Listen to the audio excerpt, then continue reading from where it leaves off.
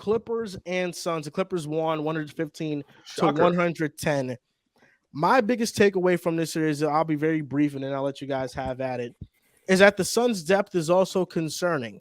But I do trust the Suns guys and their coaching more than the Cavs at this point because I think they actually have legit spacing. But they have to figure out their lineup, their bench lineups, really, because only one player outside of Landry Shamet played 20 plus minutes for them in this game. The Jock Landale and Shamet minutes were absolutely horrible. Jock Landale was forcing up a bunch of shots that I thought he had no business shooting. It was an atrocity. Their bench combined for 10 points. And these are their plus minuses. Ish Wainwright minus 12, Okogie minus 10, Biyombo minus 11, Shamet minus 14, Landale minus 8.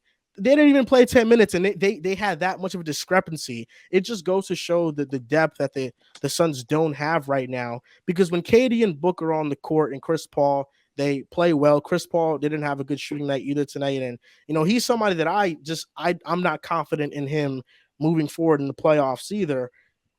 But the Suns just have to figure out the rotation. Do you want to have your defense suffer but have some offense out there? Because I don't know, maybe it's just me, but when I saw TJ Warren in Brooklyn, he didn't look bad. I think TJ Warren he's better than a lot of these guys. I don't know why the TJ Warren minutes aren't here. Terrence Ross also gets no play for some reason. Like maybe I might risk having guys like Terrence Ross and TJ Warren in the lineup instead of defensive-minded wings like Ish Wainwright, just because I get that offense. I'd much rather have that. Did Damian Lee fall off the face of the earth? He did not play in this game either. No. Defensively, big Damian Lee guy, John. He was far and away their best bench player this year, and then Monty Williams you know what? I actually really like Terrence Ross. Let's play him over Damian Lee. Yeah, like for me, this would be my lineup off the bench. I'd have Terrence Ross, Warren, Okogie, Shamet, and Biyombo. I think Biyombo's a much better backup big than Landale because he at least offers defense, and I think he has stronger hands to finish around the basket. But their lineup, their depth is going to be concerning. Even with that, Kawhi had 38 points. He was phenomenal. Kawhi is a great playoff performer. And late in the game, they have to pick what they want to choose defensively. Dude, like Kawhi was having a great game all game.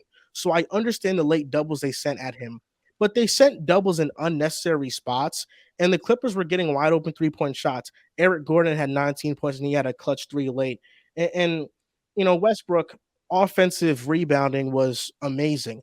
I think that the Suns can actually fix that, though. I think the Suns can actually box out better, and they can limit those rebounds. Westbrook, he had 9 points, 10 rebounds, 8 assists, shot 3 for 19, 1 for 6 from 3, but he had 2 steals and 3 blocks. Defensively, he was amazing. Rebounding, he was amazing. His offensive rebounding is why the Suns won why the Clippers won this game. But I think the Suns have a lot of adjustments to make, and I think they'll get better production from their bench moving forward, which is why I'm not so concerned. But I do think this is going to be a tough series. I ultimately said Suns in 5. I think it'll be a 6-game series. I think the Clippers will give them a tougher matchup than I expected. Thank you, Joel. I appreciate you for giving the Clippers a little bit more love. I appreciate that. Give them just a little bit more respect. I didn't like the Suns in 5. I felt like they deserved a little bit more respect. You know what I like though? You know what I liked though? Marcus Morris, no minutes this game. Yeah, no, I loved it. Shit was amazing. Shit made my heart warm. I'm not gonna lie. I felt that inside Dehls was talking about that warm feeling. That was a big adjustment. Yeah. Somebody sent this stat. Kawhi, 25 points in the second half. KD, Book, and Chris Paul combined, 24 points in the second half. If one star guy outplays 3 of your guys, not these aren't regular guys either. This is what somebody told me. Kevin Durant, best player in the series. Devin Booker, one of the best scorers. That's kind of crazy. Like Kawhi, he a different dude, but that's fucking insane. So we gotta give Kawhi some love. He played fucking ridiculous, but we know Kawhi in the playoffs, 9 times out of 10, he's gonna come to play. 34-10. That is the bench points from Suns versus the Clippers. And this is why in the series, I wasn't confident in the Suns rotation players. I was a little bit more confident in the Clippers rotation players because I just don't think guys like T. Ross, TJ Warren, he didn't get minutes, Jock Landale. I don't think those guys are good role players. I thought the Clippers, at least, they're not the greatest. They may be a little bit overhyped, but they're players that you've seen and they can give you a little bit of some action. I thought Russell was great defensively today. Maybe not great. He was really good defensively down the stretch. is where he really showed that he was great defensively. But Kawhi, they were up big. EG was great in the first half. He gave you those minutes that you needed to get. He gave you those buckets. But I just thought second half, they played it close. Defensively, the Clippers were really good. They played it solid. And then in the fourth quarter, Kawhi just took over the game. And I thought that was the amazing part about it. He just came in the fourth quarter, took over the game, was impressive down the stretch, was clutch. And then Westbrook down the stretch was really, really good. This game makes me a little bit more confident because all I wanted to do for the Clippers was in the steal one in Phoenix. And I thought this was the one. I didn't think they would win this game. I thought the Suns would come out, show that firepower. So the fact that they came out, played this game, and they blew a lead too. They was up big early, kind of teetered down in the second half. Suns got the lead back, but then the Clippers bounced back. And I thought this was a huge, huge win, especially in the locker room, especially after getting that news that Paul George was going to be out for the series. Like, that was a fact right before the game. You get that news, you come out, you get this W. This puts huge confidence in the locker room. And Joel said it best. Marcus Morris minutes. I mean, that's just a blessing because if he's not hitting shots, oh my God, that man is horrible. But shout out to the Clippers. They got a good win. I do think the Suns have a little bit of some depth concerns. They might have to try new things game 2, put some different guys in. But in the second half, you need more than 24 points from Kevin Durant, Devin Booker, and Chris Paul. That's just a fact. Ayton has to be more aggressive. He has to be more imposing on the glass. But all in all, great win for the Clippers. All right, guys. I have to be completely transparent. This series and this series only is the absolute closest I will probably get to flipping a side. And that is for the sole fact that the Suns genuinely have zero depth. Zero depth. The fact that the only bench player was Landry Shamet to have more than double-digit minutes in this game is crazy. And another thing that is what's giving me concerns about my pick is also that the Suns played really solid offensively. Kevin Durant, 27, solid efficiency. Devin Booker, solid efficiency, 10 of 19 from the field. It's just that's a Devin Booker performance. Chris Paul was obviously not as efficient as you'd like. Still had 10 and 11 freak numbers.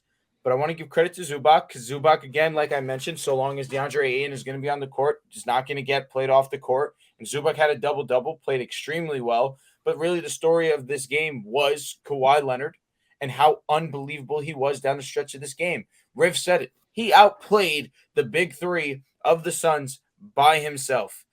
And just having a little bit more depth than the Suns is going to benefit, especially when Kawhi is playing at this level. Credit to Eric Gordon. You mentioned it too, Riv. He gave you some solid burn today.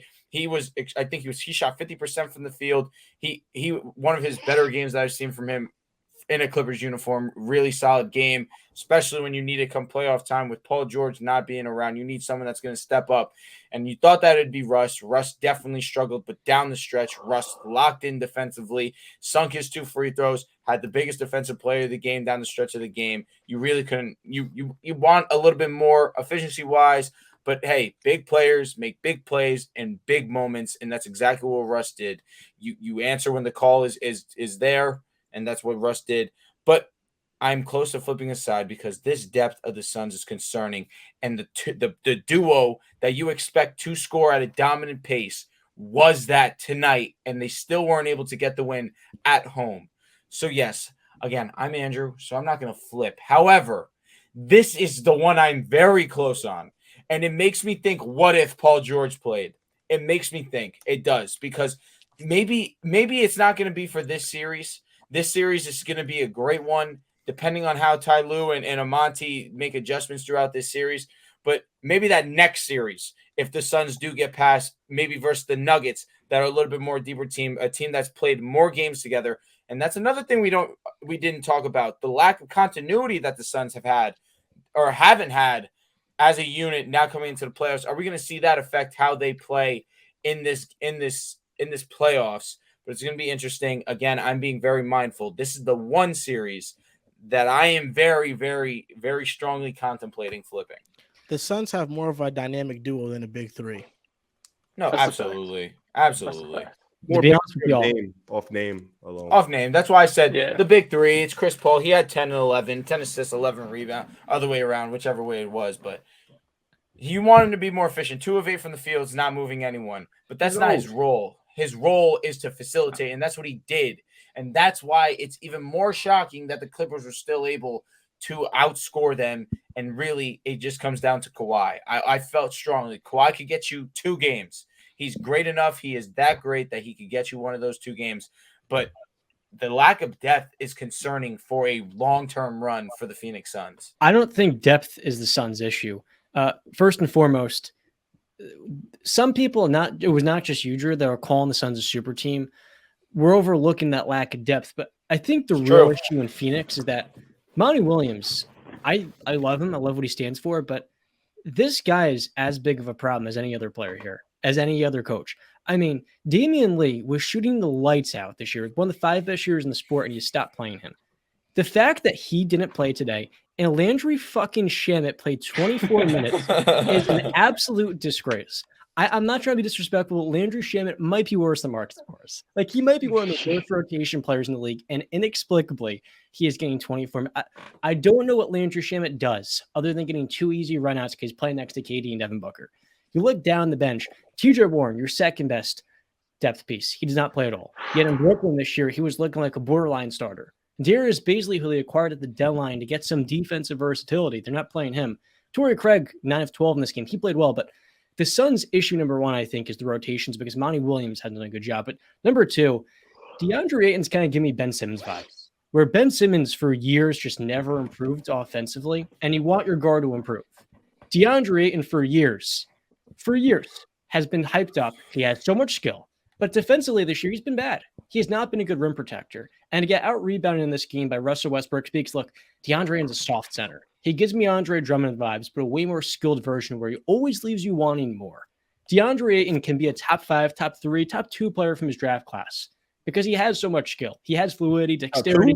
He can get buckets. Not top 2. He's not better than Shea. Never will be. Or top 3. But what I'm getting at here is he could be one of those top 4 guys in the 2018 draft class, up there with playoff superstars if he actually had a consistent.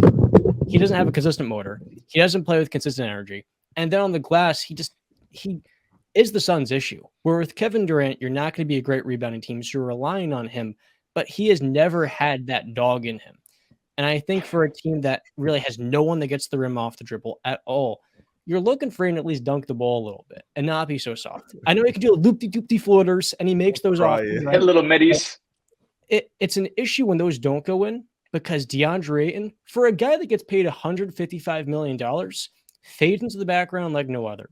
And for a Phoenix defense that moved off of Mikal Bridges, and they don't have much depth, and Monty Williams is selling them, he's playing Landry Shamet, they need a lot more out of DeAndre Ayton. And for as much as people say, I can get you points and rebounds, I just think DeAndre Ayton is a points and rebounds guy. I really don't think he's a winning player, and that really irritates me to go alongside the Monty Williams stuff. Dude, imagine they had Nick Claxton. Claxton would be tough. It's pissing me off. Maybe we should include that in the KD deal. Oh God, Okogie should have got minutes, man. They needed his rim pressure. Yeah. I was shocked to see him only get 7 minutes. That was very strange. Lost me with that one. I thought he was going to play a lot more, like a lot. I thought he was going to start. At least he played Josh Okogie, right? Starting. Holy cow! Yeah, like he was starting down the stretch of the season. When we look back, honestly, I know I talked about it last episode. How this Suns team with KD 8-0, first in offense, first in defense, first in net. You look back, teams they played weren't that great. So I don't want to completely disregard it, but when you do go up against this Clippers team, like Riv mentioned even in the last show about their depth and Kawhi having a vintage Kawhi night, efficient 38, looking like honestly the best player on the court. It definitely brings up some weaknesses, as John mentioned in his previous point about in the playoffs how that could be exposed. Not only was Kawhi great, I know we haven't given a ton of props to Westbrook. 3 for 19 is obviously not good, but down the stretch, I mean, he just made winning plays, impact plays. He had the 3 for 19, but 10 rebounds, 8 assists, 2 steals, 3 blocks. That block on Devin Booker to basically seal the game, not only block him, but as the ball's going out of bounds, be able to catch it, throw it off Booker's leg, whatever, while Booker is arguing with the referee for a foul call. Just a moment there where Devin Booker kind of lost where he was, a moment that guy that's been to championship should know that you have to still be locked in even after you get your shot blocks. For the Clippers, though, outside of Kawhi and Westbrook, I think their depth really showed off. Eric Gordon played some great minutes. Norman Powell played some great minutes. Terrence Mann played all 12 minutes. He was in the closing lineup of that fourth quarter, played some good minutes there as well. So I'm not overreacting to this game. I still got the Suns. I think I predicted Suns in 6. I still feel pretty confident with that. Suns in 5. You said Suns in 5. I don't think I could have. I don't know. Yeah, who Regardless, laughed at whatever. her. Suns in 6. You giggled I at did her. laugh. I did Yeah. laugh at you for sure. Apologize. This game was back and forth. You know, the Clippers went up, I think, around 15 in the first half. Suns came back in the second half. It was back and forth that fourth quarter, and then they kind of ran away with it at the end after that block. But I'm not overreacting to it. I still think Kevin Durant and Devin Booker are going to be able to be enough to get past this Kawhi team with role players who could be, you know, they could miss some shots. There's going to be games Norman Powell's not hitting, where Eric Gordon's missing. He went on 2 or 3 wide open threes he missed, and he hit a couple back-to-back. So I'm not overreacting. I still think the Suns are the better team here. I trust Monty Williams to be able to get this rotation right, whether that's playing Josh Okogie more, whoever it might be, maybe not play Ish Wainwright or however many minutes he played him. But yeah, I still like the Suns. I still like the Suns. You know, I think I'm sorry. I'm sorry for cutting you off. Yeah, I'm sorry for cutting you off. I think though, like what I said before, like Kevin Durant struggled a little bit in the first half, but he was making great plays. You know, he's being a playmaker, solid rebound. Devin Booker also took a minute to get it going. But like I said this before, and I don't know why Okogie didn't play. The Suns just don't have any bodies to throw at Kawhi. Like there's just nothing they're going to be able to do defensively to stop Kawhi. The most they can do is double team. He hits it out to a shooter, and if they make it, they make it. But in terms of Torrey Craig, Josh Okogie, Ish Wainwright, Landry Shaman, whoever you want to say, Monty Williams off the bench, the assistant coach, like there is nobody that they have for Kawhi Leonard. And I think that's going to be a real life issue for them.